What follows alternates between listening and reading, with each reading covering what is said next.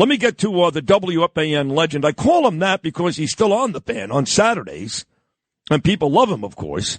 But he's on this show quite a bit because he's great, whether we're talking about the Mets, whose bullpen sucked the last 2 days, or Donald Trump. He the man. So here he is, the legend Joe Benigno. Joseph, good morning, buddy. How are you? Sidney Arthur, how you doing, baby? Always a pleasure to talk to you, bro. It's always great having you. In fact, Noam Laden, my news guy, Noam to me, to make an analogy, is like what McCord was to Imus. And when Noam read off my guest list at 5:58 this morning, you got to understand, Eric Trump was just on for 20 minutes. We were out last, Danielle and I were with Eric and Lara last night. He read off the guest list at 5:58 this morning. He got to your name and he said, quote, my favorite guest on Sid's show, Joe Benigno.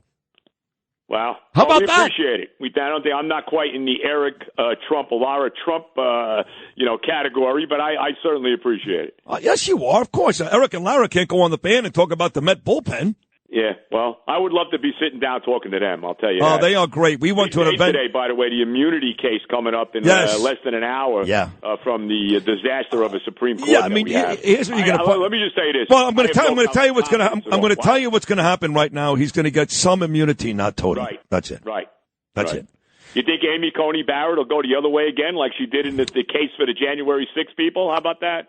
I don't know. It's funny because they call him the Trump Supreme Court, yet like you just said, Amy Coney Barrett is a wild card. And how about this, Sid? And Ketanji Brown Jackson is going the other way. I know. What? I know. We went to an event last night, Danielle and I, with Eric and Lara at Eric's dad's golf course in Westchester, an RNC event, and it was amazing. And we're going to be with them, of course. We're taking the show to Milwaukee for the RNC in a couple of weeks when we officially announce Donald. A lot going on. But let me get first to the Mets. They've been playing great baseball. They've got a 6-1 lead on Saturday. They lose that. They're 5-5 on a dramatic home run in the bottom of the 10th yesterday. And they lose that. They got blown out, in fact. What's up with the Met bullpen the last 2 days? Well, actually, it was Nimmo with a double in the 10th. He hit a 2-run homer to tie the game earlier.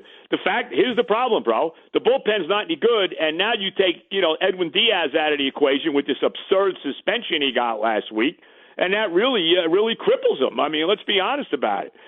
Severino gutted out 7 innings yesterday, give up 4 runs. I love Severino, by the way. They got to re-sign him.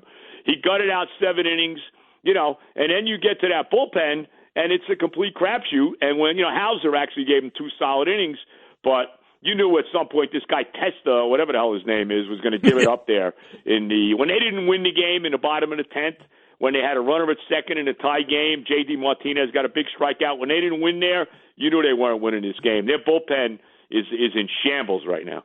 Well, that does beg the question because for the first couple weeks of the season, I thought the Mets would be sellers. You and I were deathly afraid they were going to lose Pete Alonso. They may still, but who knows? But would you agree now that with the team just 1 game under 500, 2 back in the wild card, and really playing good baseball for a couple of months, that now David Stearns and the Mets, they become a buyer?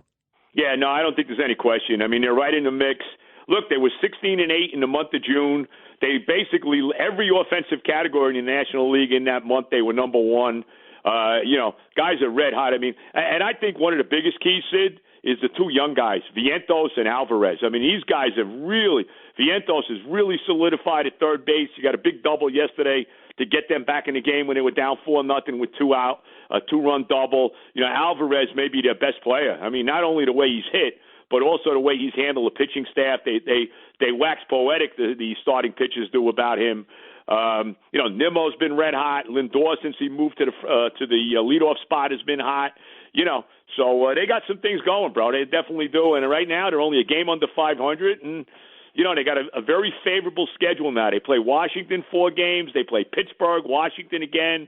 I believe the Marlins again after that. So, they can do some damage here, and let's see what happens. Exactly at the halfway point. The Mets have played 81 games, 40 and 41. They've got 81 more to go. So this morning at the Open, when I put my Open together, every morning we put together like an 8-9 minute Open. It's got all the big stories from the weekend. It's very exciting radio. And we ended with Mike Francesa. He does a great podcast, Bet Rivers, and he was talking about the Yanks and the Yanks' struggles. He was really hammering Gleyber Torres and DJ LeMahieu. So, the Yankees are now tied with the Orioles. The Guardians have a better record. The Phillies have a better record. The Yankees have not pitched well. Cole was good yesterday, but Luis Gil has gone backwards. So even fans like Francesa seem a bit nervous. Here we go again. Yankees great start. Now we're nervous again.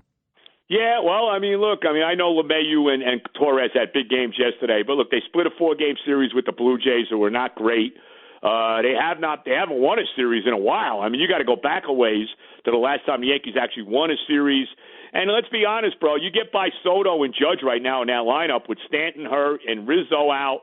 There isn't a hell of a lot there. Now, Judge is unbelievable. I mean, I don't know if he's quite Barry Bonds yet. He's close. He's closing into Barry Bonds territory. I mean, you just can't pitch to him. Yeah. This guy's on a pace to hit like 60-something homers and driving about 170 runs. So he's clearly the best player in baseball. It's not even debatable.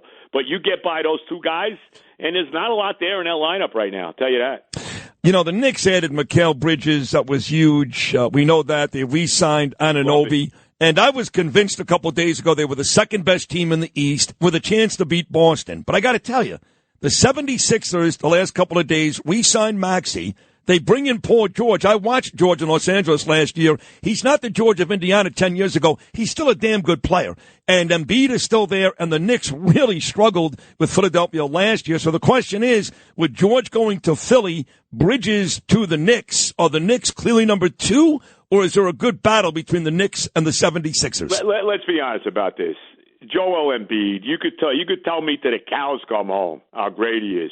Guy's hurt all the time. He disappears. Go back to Game 6 against the Knicks. He disappeared in the fourth quarter. Give me a break with them. Look, I'm high on the Knicks. I will say this.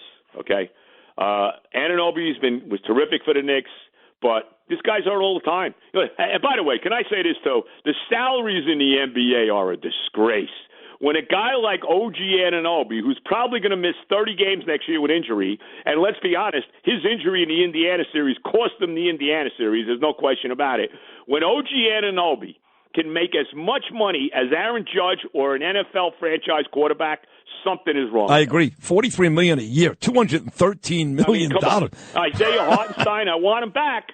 But Isaiah Hartenstein can make more money. He could get $26 million.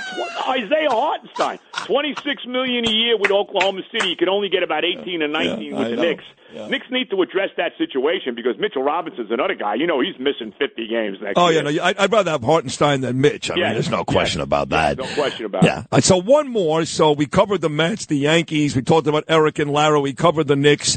But before I let you go in the next 2 minutes, give me the Joe Benigno breakdown for the biggest game in town. It's not the Knicks and 76ers. It's not the Yankees and Blue Jays. It's not the Mets and Astros. It was Trump versus Biden last Thursday night. What did Benigno see? You know, the biggest take is that, you know, how we have been, the American people have been duped for the last 3.5 years with this guy. Duped by the media, number one. Duped by the administration and the Democratic Party, number 2, that are covered for this guy who obviously is incapable of running the country. And I want to know who the hell is running the country. Is his wife running the country? Is this his Edith Wilson, Woodrow Wilson's wife from, back in 1918 or whatever? Who's running the country right now, Sid? Because this guy is obviously incapable of doing it. It was unbelievable. It was brutal.